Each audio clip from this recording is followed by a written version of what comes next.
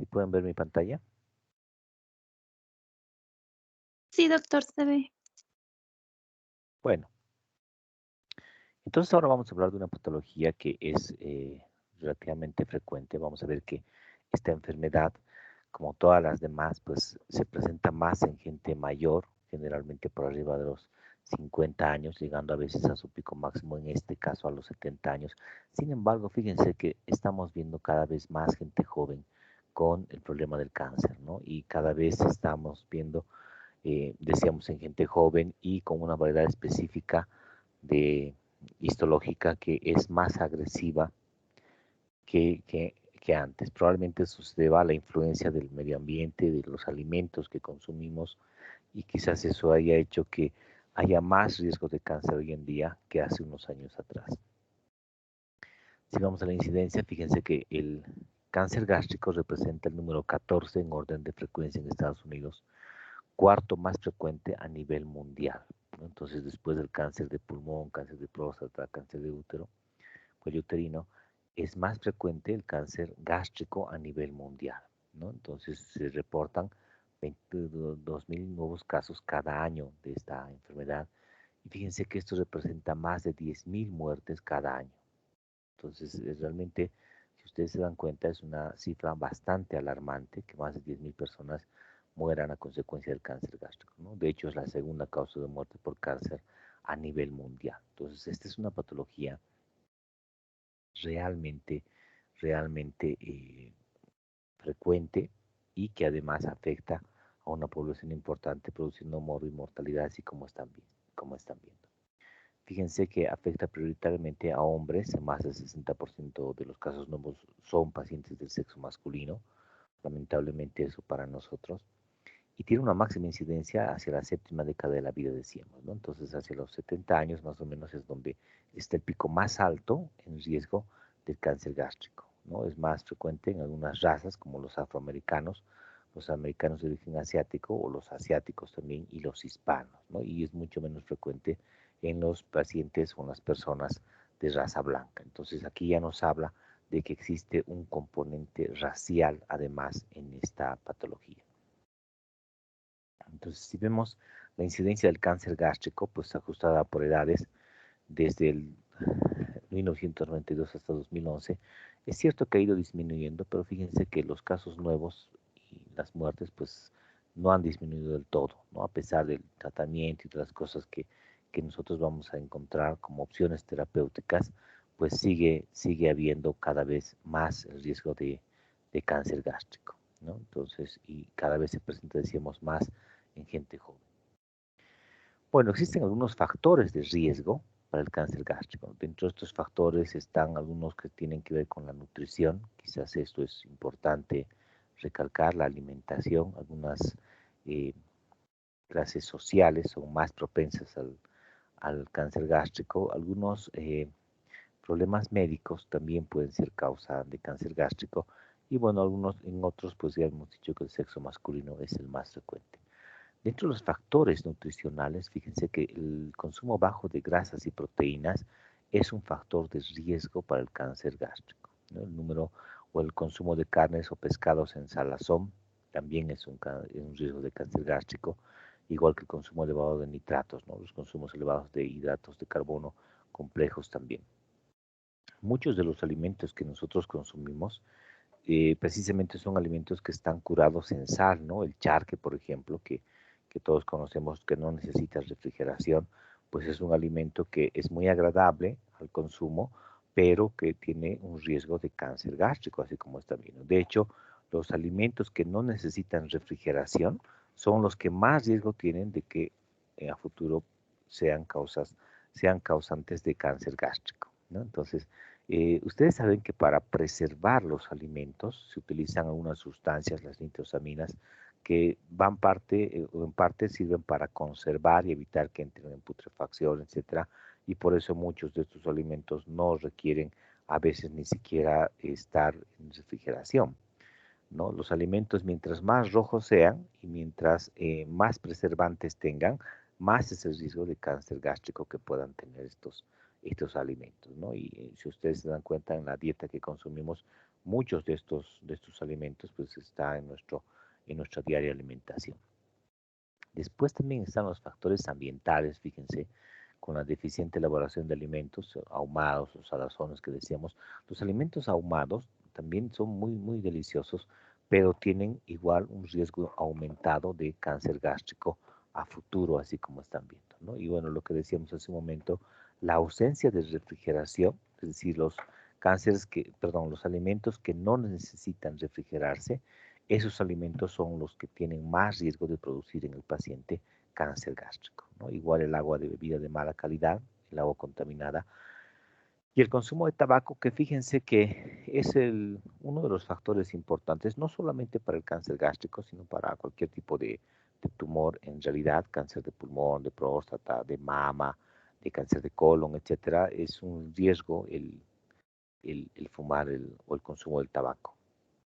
Fíjense ustedes que cuando vimos la patología benigna de estómago y duodeno, habíamos visto la enfermedad del Helicobacter pylori, ¿no? Esta bacteria que era responsable de la gastritis y también de la úlcera péptica, como es el Helicobacter pylori. Está también presente esta bacteria como factor de riesgo más bien para el cáncer gástrico, ¿no? Entonces, cuando hablamos de agua contaminada, nos referimos precisamente a la contaminación por esta bacteria principalmente, ¿no? Entonces, el ser portador del Helicobacter pylori es un factor no solamente de riesgo para la enfermedad ulceropéptica, sino principalmente para el cáncer gástrico a futuro que el paciente pueda tener.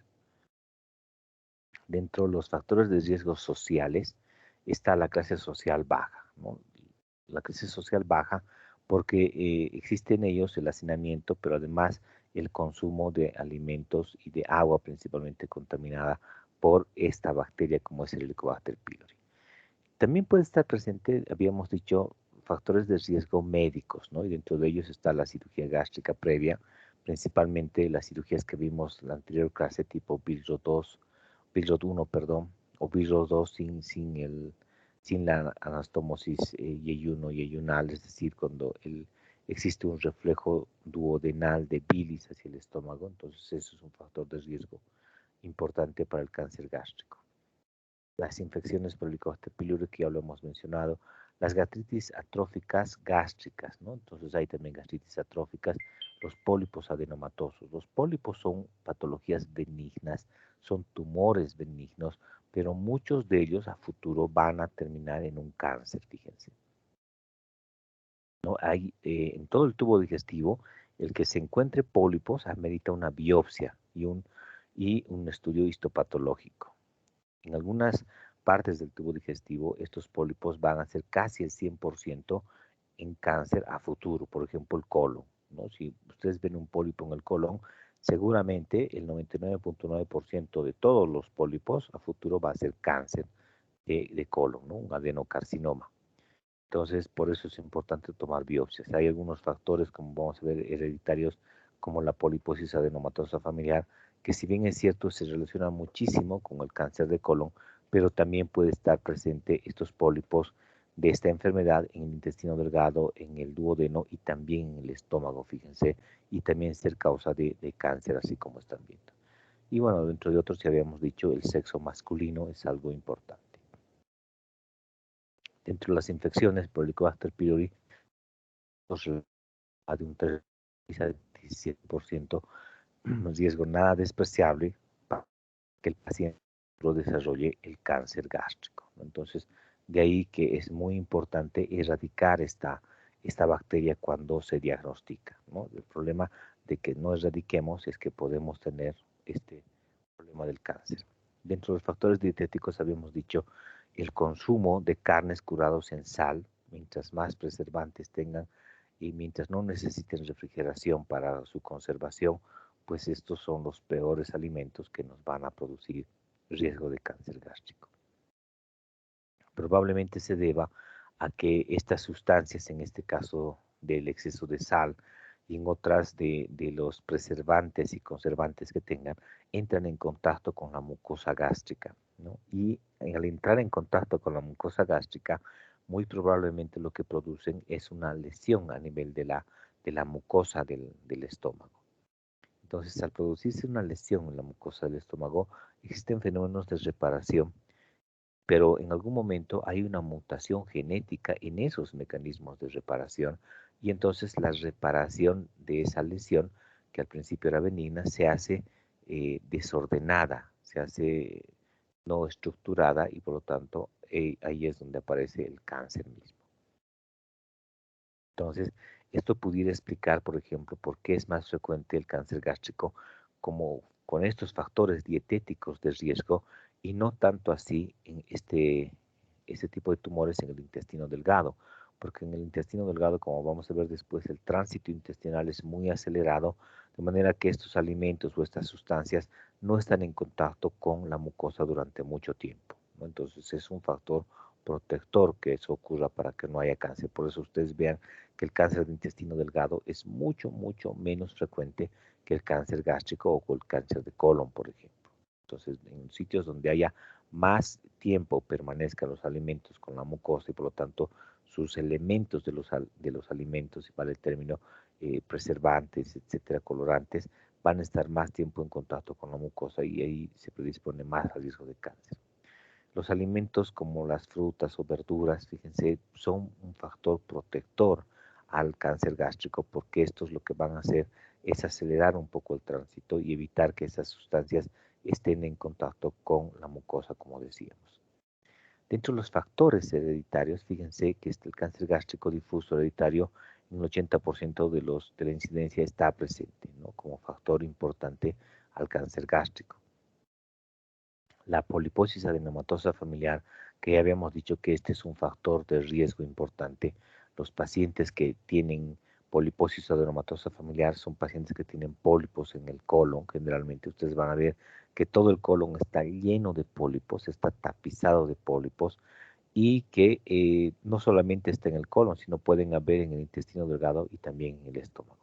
En el colon, especialmente, esos pólipos con el tiempo van a terminar casi el 100% en cáncer y es prácticamente imposible poder biopsiar o sacar esos pólipos del colon porque ya les digo, está todo en la mucosa llena de pólipos. O sea, si fuera uno o dos pólipos, se puede tomar una biopsia, extirparlos, etcétera, pero cuando toda la mucosa está, no hay lamentablemente mucho que hacer. Se toma biopsia simplemente de los pólipos más sospechosos, pólipos más grandes, etcétera, para el control histopatológico. Pero la mayoría de los pacientes con poliposis adenomatosa familiar antes de los 30 años terminan con colectomía total como un factor preventivo al cáncer de colon que decíamos.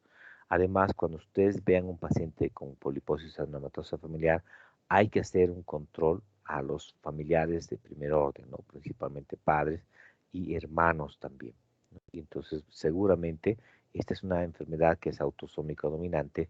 Seguramente vamos a encontrar que todos los hermanos tienen el mismo problema y que uno de los progenitores también tiene la poliposis adenomatosa familiar o también tuvo si es que no se hizo un control en algún momento, ¿no? Después el síndrome de Lee-Prigoni también es un factor de riesgo para el cáncer de colon, igual que el síndrome de Lynch. Dentro de la clasificación de los trastornos genéticos, fíjense que existen algunos mecanismos que van a activar a los oncogenes. Estos en realidad son mecanismos que van a producir reparación celular en condiciones normales. Sin embargo, cuando existe una mutación genética, hay una activación de oncogenes, de células favorecedoras a la reparación, pero en una reparación desordenada, anárquica, decíamos. Y después hay una inactivación de genes supresores tumorales. Ustedes saben que cuando existe una lesión debe haber una reparación y esa reparación está estimulada por estos genes, activación de oncogenes, ¿no? Estos son los que favorecen la reparación, ¿no? Entonces, pero llega un momento en que ya se reparó, no pueden seguir produciendo células porque si no, igual estaríamos frente a una neoplasia. Ahí es donde entra en juego la inactivación de estos genes supresores, los genes supresores tumorales, que lo que van a hacer es suprimir la proliferación celular, ¿no? Entonces, aquí está implicado también el fenómeno de apoptosis, si ustedes recuerdan. Entonces, el balance entre ambos hace que hay un equilibrio y no exista la proliferación de ninguna neoplasia, ¿no? Pero cuando existe un desbalance, como están viendo aquí, que se active por una parte los oncogenes y que se inactive los genes supresores, entonces ahí la reparación es desordenada y aparece la neoplasia, ¿no? Además que hay una reducción celular, hay una reactivación de la telomerasa y la inestabilidad del microsatélite, esto hablando ya genéticamente como causa importante. Otros factores de riesgo, fíjense que la anemia perniciosa es un factor de riesgo para el cáncer, es un riesgo relativo que está presente en 2.1 a 5.6 veces al de la población en general.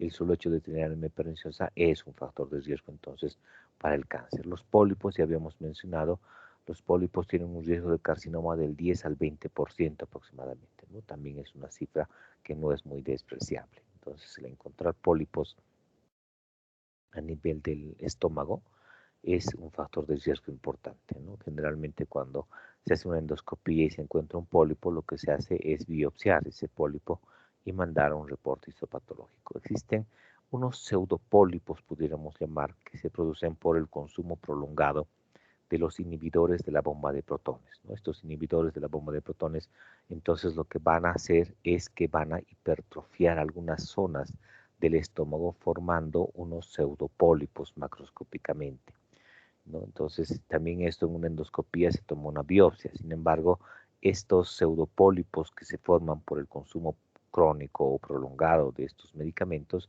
desaparecen solitos cuando se suspende el medicamento, ¿no? Entonces, también es importante por eso indagar en la anamnesis el consumo de medicamentos que pueda tener y hace cuánto tiempo, ¿no? Entonces, si nos dice que es mucho tiempo, un año, etcétera, y además vemos en la tomografía o en la endoscopía la presencia de pólipos, pues vamos a pensar que esos pólipos son probablemente a consecuencia de esto. Igual de todas maneras hay que biopsiar. Bueno, dentro de la anatomía patológica, fíjense que cuando estamos frente a un paciente con sospecha de cáncer gástrico, tenemos que llegar al diagnóstico y la única forma de que lleguemos al diagnóstico es a través del reporte histopatológico, ¿no? Él es el que nos va a confirmar, ¿no? Y existe algunos otros datos que nos pueden ayudar, como la clasificación de Borman, por ejemplo, que clasifica a estos tipos de pólipos o neoplasias benignas en cuatro tipos, así como están viendo, ¿no? El tipo 1 es tipo prominente y a partir del tipo 2 son más bien deprimidos. Aquí vemos una protrusión del pólipo hacia la cavidad gástrica misma, ¿no? Entonces hay una proliferación, generalmente esto lo que se hace es biopsiar, etc. En cambio el tipo 2 es ulcerado, donde vemos una lesión ulcerada que se puede confundir mucho con una úlcera péptica, ¿no? El tipo 3 sigue siendo ulcerado, pero es más difuso que el tipo 2, ¿no? Es más deprimido, menos deprimido, pero más difuso, abarca más extensión, si ustedes quieren. Y el tipo 4 no es ni ulcerado ni protruyente, sino es una invasión de toda la pared misma del estómago, ¿no? Esto es lo que se conoce como la linitis plástica.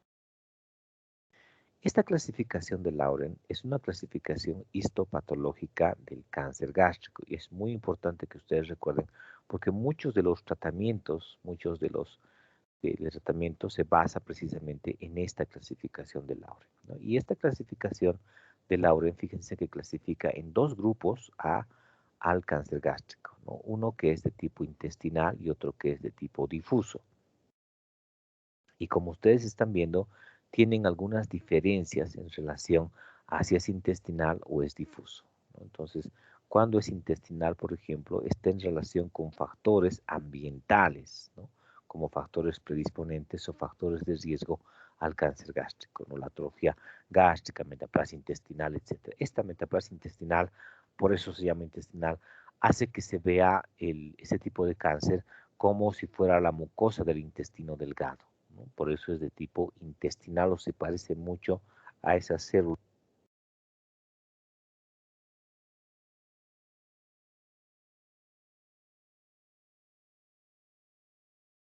en relación a mujeres, ¿no? En el sistema, en el grupo de los de tipo intestinal. Hay un aumento en la incidencia con la edad. Este es el cáncer que aparece generalmente con una incidencia máxima que habíamos dicho hacia los 70 años de edad, ¿no? Y en su formación histológica, pues parece que estuviera formado por glándulas, ¿no? Se parece mucho, por eso decíamos, a el epitelio de la mucosa intestinal, de intestino delgado. La diseminación de este tipo de tumor, de tipo intestinal, es principalmente por vía hematógena, ¿no? Entonces aquí es importante recordar la irrigación venosa del estómago para más o menos poder predecir hacia dónde va a ir la metástasis hemática. En relación a la parte genética, fíjense que está el cáncer de tipo intestinal, es el resultado de la inestabilidad de microsatélites, de mutaciones del gen APC y de la inactivación de la P53 y P16, que son genes supresores. Entonces, fíjense que en este caso hay es más frecuente en varones que en mujeres una predisposición a factores ambientales, así como están viendo, y unas alteraciones histológicas que se parecen mucho a las glándulas de intestino delgado. En cambio, fíjense que el tipo difuso tiene más bien una relación con un carácter familiar, ¿no? Aquí tiene que ver con la parte genética. Fíjense que el grupo sanguíneo del grupo A es uno de los factores también de riesgo implicados en este tipo específico de cáncer de tipo difuso. A diferencia del tipo intestinal, en este tipo difuso, fíjense que es más frecuente en mujeres en relación a varones, ¿no? Las mujeres son las que más hay más predisposición a ese tipo de cáncer. Y habíamos visto que en el de tipo intestinal se presenta más en gente con edad avanzada. A medida que avanza la edad, aumenta más el riesgo de este tipo intestinal. En cambio, el tipo difuso se ve más en gente joven, ¿no? En mujeres y en gente joven, fíjense. Hay una escasa diferenciación y se ven células en anillo de sello o células tipo anillo de sello, ¿no? Ese es un factor importante porque en realidad a ese tipo de cáncer difuso, según la clasificación de Lauren, se llama también difuso o células en anillo de sello, ¿no? Porque así se ve al microscopio. Entonces, la vía de diseminación de este cáncer es transmural, es decir, ustedes saben que el tumor empieza a nivel de la mucosa del estómago, de la mucosa avanza hacia la submucosa, invade la capa muscular, llega a la serosa y finalmente atraviesa el peritoneo visceral y lo que hace es infiltrar a estructuras vecinas, ¿no? Esa es la diseminación transmural. Pero además de eso, fíjense que existe una diseminación linfática, es decir, ese tumor invade rápidamente los vasos linfáticos, los conductos linfáticos, y a través de esos conductos se disemina este tipo de tumor. En relación a la alteración genética, fíjense que existe disminución de la E-cadherina y aquí fíjense también está presente la inactivación del P53 y P16 al igual que en el otro grupo. Si nosotros comparamos estos dos tipos de cánceres, según la clasificación de Laurent, de tipo intestinal y el tipo difuso, vamos a ver que el tipo intestinal es, entre comillas, más benigno que el tipo difuso.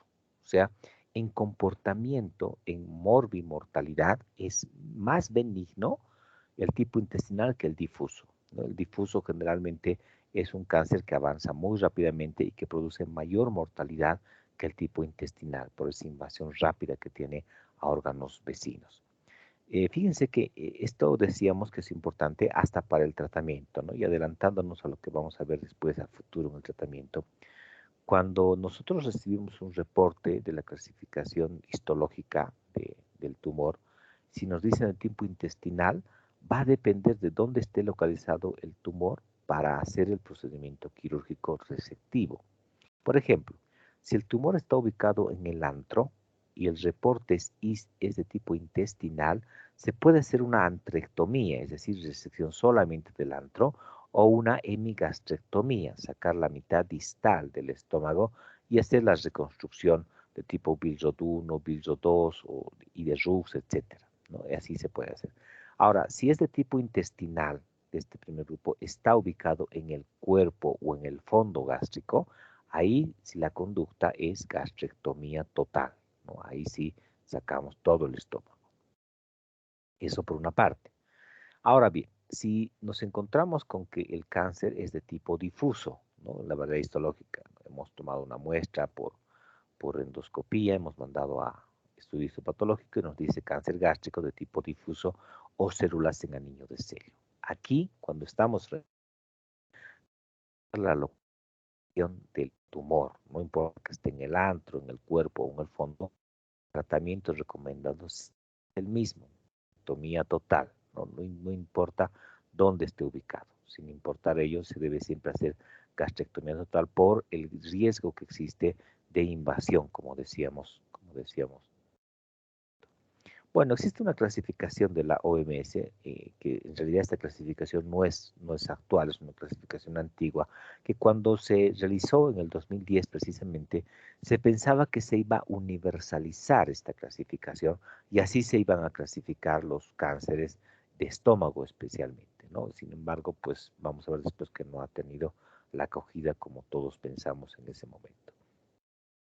Y según la clasificación de la OMS, entonces, se clasifica en carcinoma adenoepidermoide, en carcinoma epidermoide, carcinoma indiferenciado y carcinoma sin clasificar, ¿no? Los que no entran dentro de ninguno de estos grupos van al carcinoma sin clasificar. Y por otra parte, los adenocarcinomas pueden clasificarse o subclasificarse más bien en papilar, tubular, mucinoso, poco cohesivos o en células en anillo de sello y los mixtos, ¿no? Entonces, era una propuesta de clasificación de la OMS, y que, como les digo, se pensaba que iba a ser universal. Sin embargo, pues no ha sido eso. La clasificación de Lawrence es la que más se utiliza hoy en día para clasificar histológicamente ese tipo de tumores principalmente.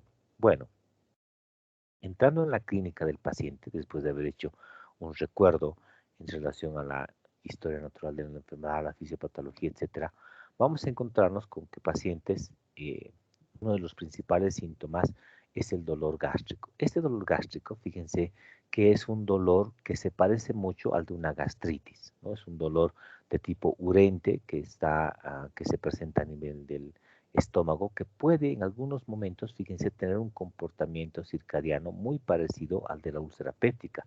De hecho, a veces clínicamente es muy difícil poder diferenciar una úlcera péptica benigna y un cáncer gástrico, ¿no? Porque su comportamiento clínico es muy parecido en estos pacientes.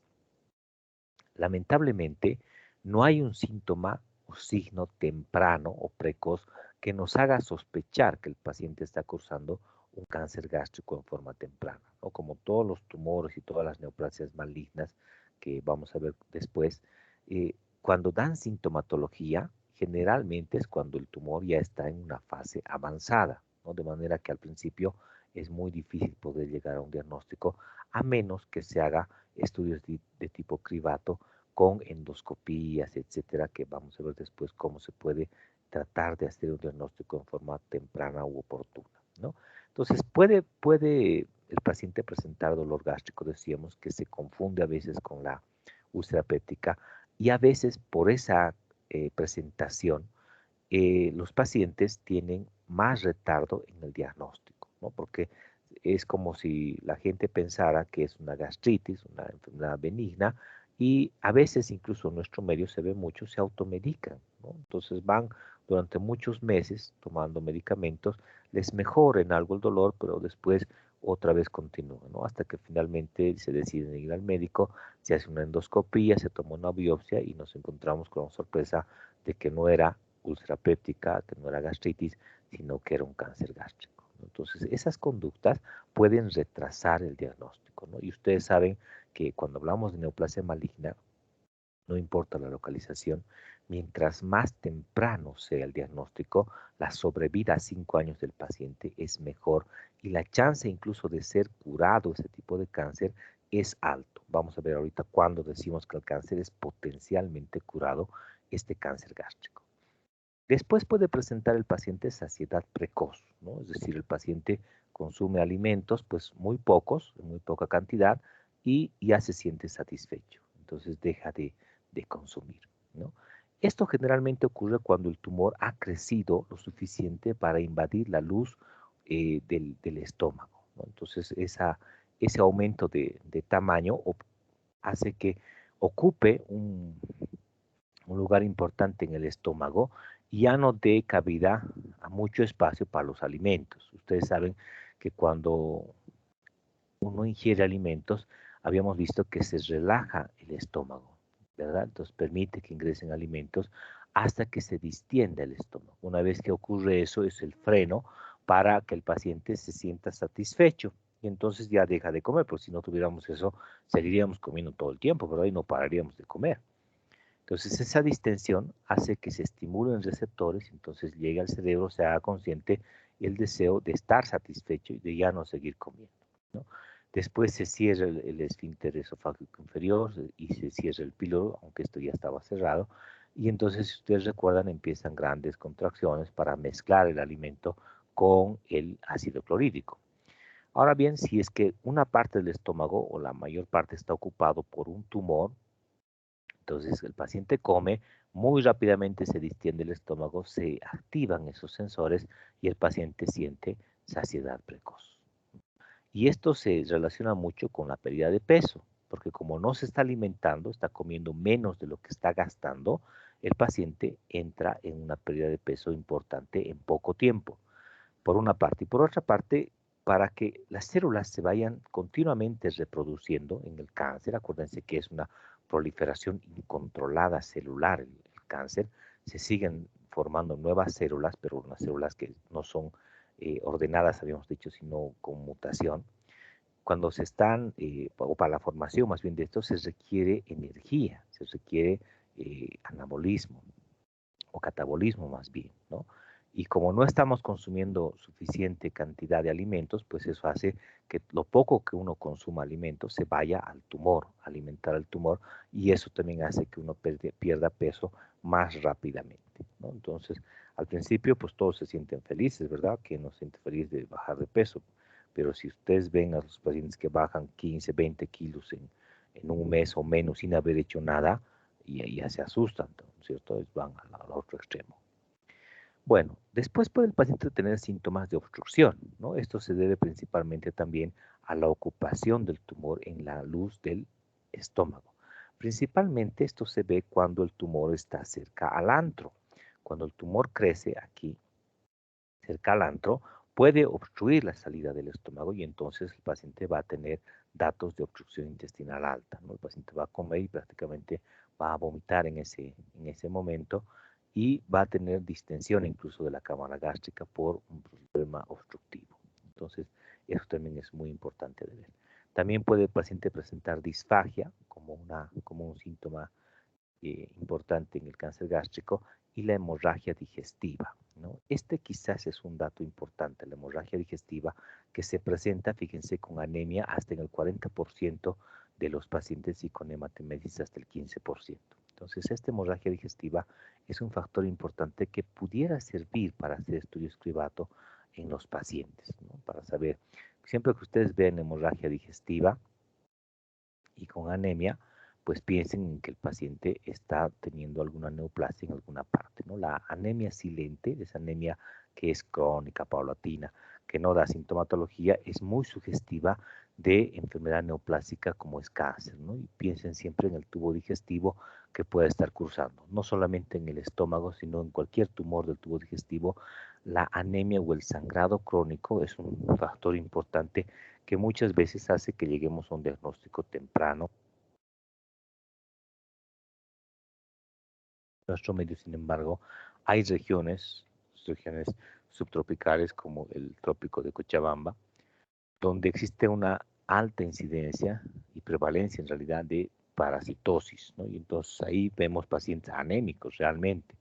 Si ustedes van al Chapare, por ejemplo, y toman laboratorio a un paciente, probablemente van a encontrar hemoglobinas bajas, ¿no? Y en los niños a veces es normal encontrar hemoglobinas de 6, de 5, cosa que debiera, según la literatura, ser casi incompatible con la vida.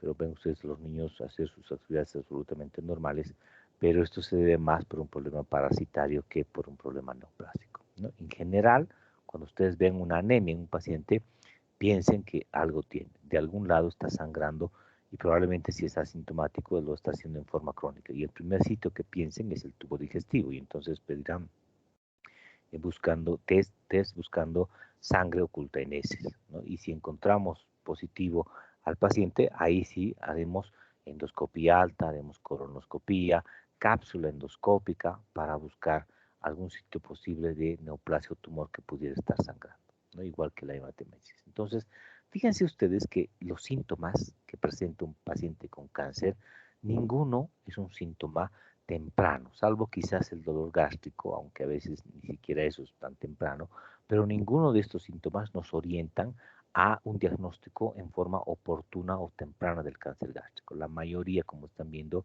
es cuando el tumor ya ha avanzado, ya está en una etapa avanzada y eso pues hace que la sobrevida del paciente sea menos, ¿no? A futuro a 5 años, ¿no?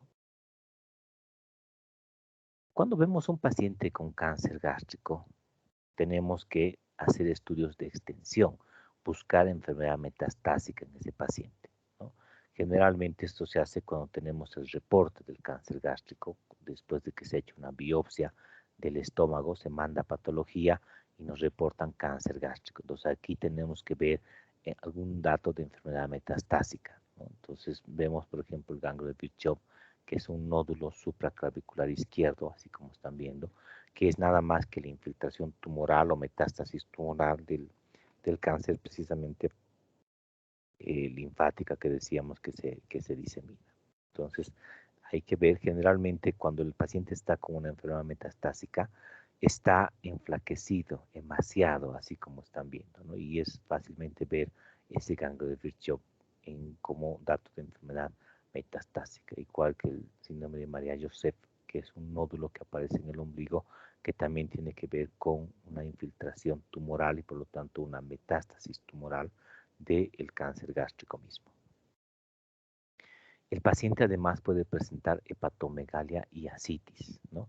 Ustedes saben que el cáncer gástrico puede diseminarse por vía hemática hacia el hígado. Si ustedes recuerdan la diseminación venosa o en la irrigación venosa más bien, la sangre del estómago en última instancia termina en el hígado a través de la vena porta, ¿no? Si ustedes recuerdan, a través de la vena porta y la vena esplénica, que también forma la vena porta, va a terminar en el hígado la sangre. Por lo tanto, hay un riesgo alto de que haya metástasis a nivel del hígado, ¿no? Y estas metástasis se van a manifestar con una infiltración tumoral a nivel del hígado, con una disminución en la producción de proteínas y por lo tanto un mayor riesgo de que el paciente tenga ascitis.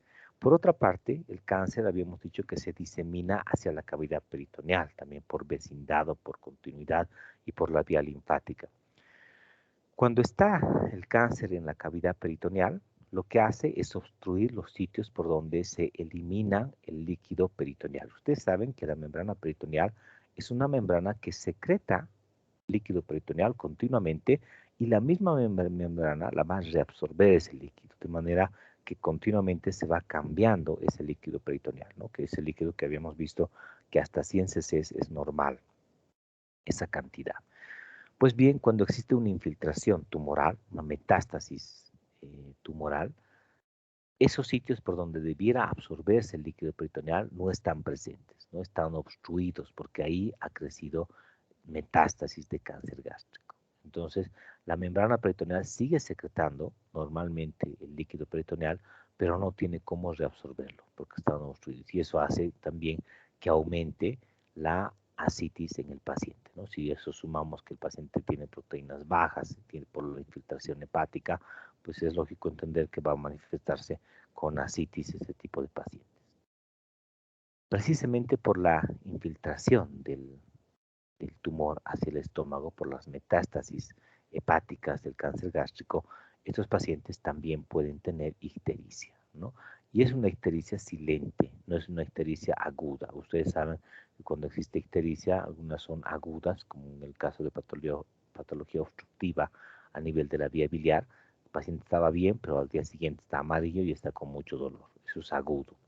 En cambio, la ictericia silente siempre se asocia a alguna neoplasia, ¿no? Entonces, cuando ustedes vean, el paciente puede llegar así amarillo, como están viendo, como si fuera un canario, y probablemente nunca se dio cuenta de que estaba amarillo, ni el entorno familiar se dio cuenta de que se puso amarillo, porque es una ictericia progresiva, silente, porque no presenta síntomas, no da molestias al paciente, no da dolor, ¿no?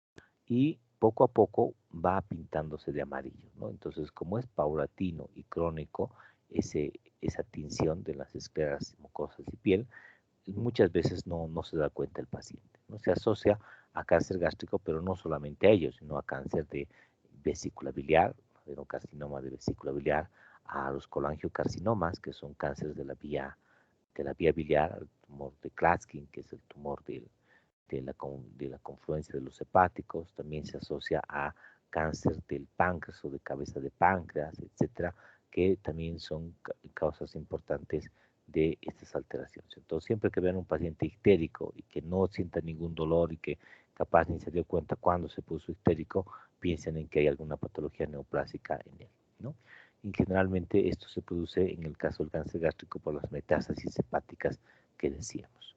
El tumor de Krukenberg es un tumor que se relaciona con el cáncer gástrico y tumor de ovarios, ¿no? Entonces, cuando uno hace una biopsia, generalmente hay una relación entre el tumor y el gástrico. Por tanto, es importante ir y identificar si no existe, además de ese tumor de ovario, si no existe un cáncer gástrico. Cuando nosotros hemos diagnosticado el cáncer gástrico, hemos buscado clínicamente, así como han visto la enfermedad metastásica, lo siguiente que tenemos que hacer es saber hasta dónde ha llegado el cáncer. Y para eso hacemos la clasificación TNM y para esto nos sirve para estadificar al paciente, para situarlo en algún estadio del cáncer gástrico y en base a ese estadio podamos nosotros darle un tratamiento que puede ser receptivo, a veces incluso con carácter curativo, o puede ser solamente paliativo, cuando el paciente esté fuera del cáncer quirúrgico y solamente se le brinde algún procedimiento que sea paliativo, no con la idea de disminuir la mortalidad, o sea, no con la idea de mejorar la sobrevida por el cáncer, sino más bien disminuir la mortalidad por otras causas como la obstrucción, etcétera, o la pérdida de peso importante que pueda aumentar en el paciente.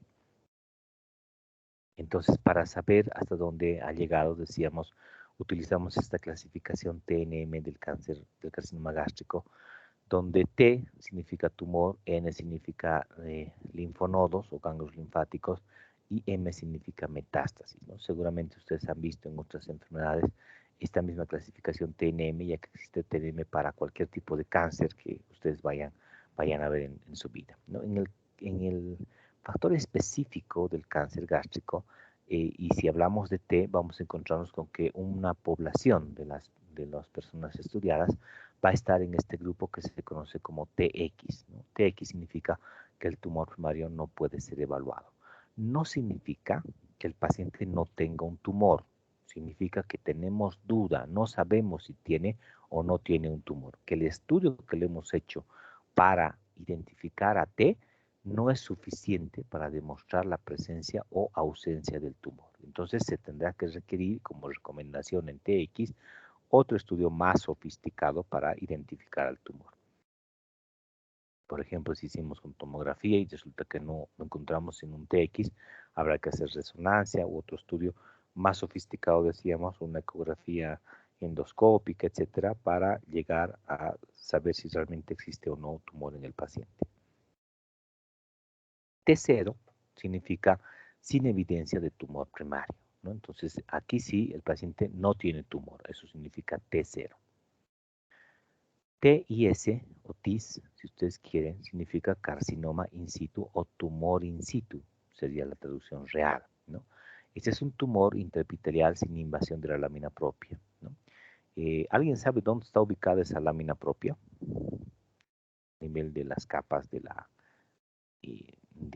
mucosa gástrica. ¿Dónde estará ubicado esa lámina propia? ¿Quién recuerda?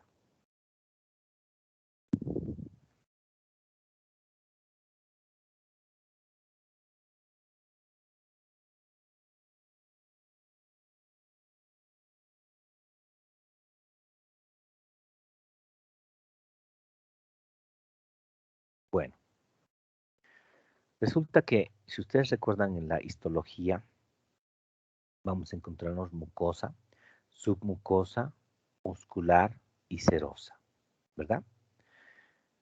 En la mucosa, a su vez vamos a encontrarnos la muscularis mucosae, ¿no? La muscularis mucosae, que es una capa muscular de la mucosa, también se llama capa.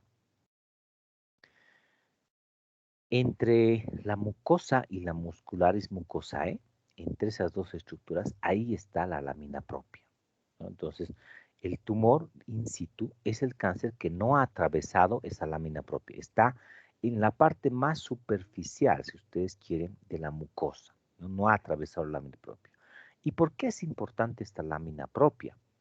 Porque del otro lado de la lámina propia, en lo profundo, del otro lado, se encuentran conductos linfáticos y se encuentran vasos sanguíneos.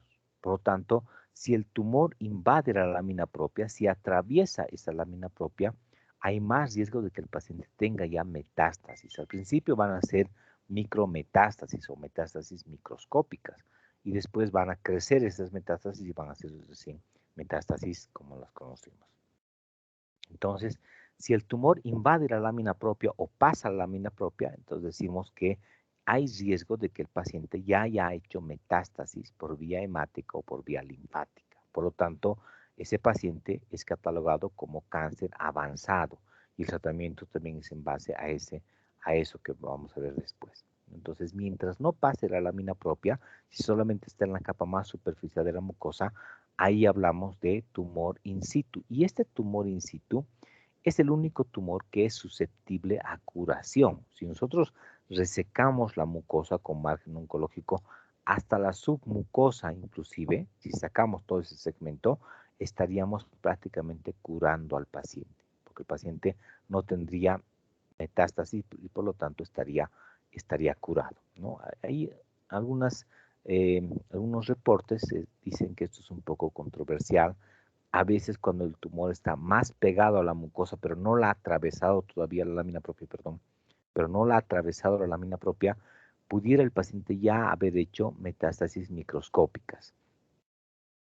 Por eso, lo que han optado muchas sociedades es que el paciente que tenga tumor in situ se haga la resección a través de una mucosectomía, pero igual el paciente va a un tratamiento quimioterapéutico por 1 o 2 sesiones. El procedimiento quimioterapéutico lo que va a hacer es buscar en la sangre y en el cuerpo, en realidad, sitios de posibles metástasis para destruir esas metástasis. Entonces, por eso se acompaña, decíamos, de 1 o 2 ciclos de quimioterapia.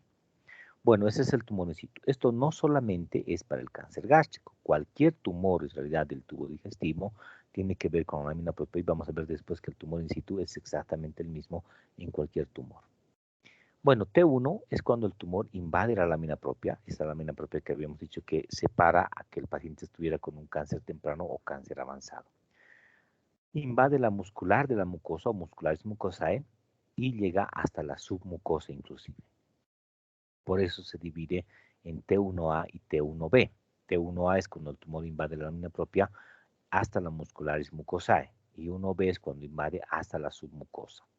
T2 es cuando el tumor invade la capa muscular propia del estómago.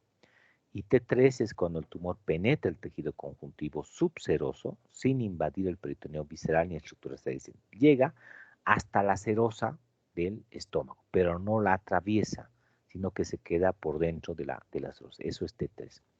Y T4 finalmente cuando el tumor invade la serosa, el peritoneo visceral o estructuras adyacentes. Por eso se clasifica en T4A cuando el tumor invade la serosa, peritoneo visceral, sin invasión de estructuras adyacentes, y T4B cuando el tumor invade estructuras adyacentes o estructuras vecinas. Si vamos a N, que significa los linfonodos o ganglios linfáticos regionales, vamos a tener una opción muy parecida a la que vimos en T, donde X significa que los ganglios linfáticos regionales no pueden ser evaluados, entonces no se pueden evaluar.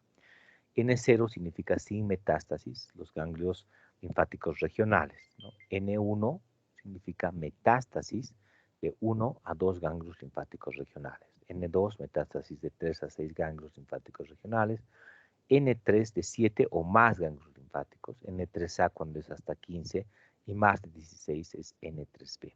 Ese tipo de estadificar al paciente generalmente se hace con estudios sofisticados como una tomografía con contraste, una resonancia magnética, y se termina de hacer, porque esto puede cambiar, cuando vayamos a hacer el reporte histopatológico, cuando sacamos los ganglios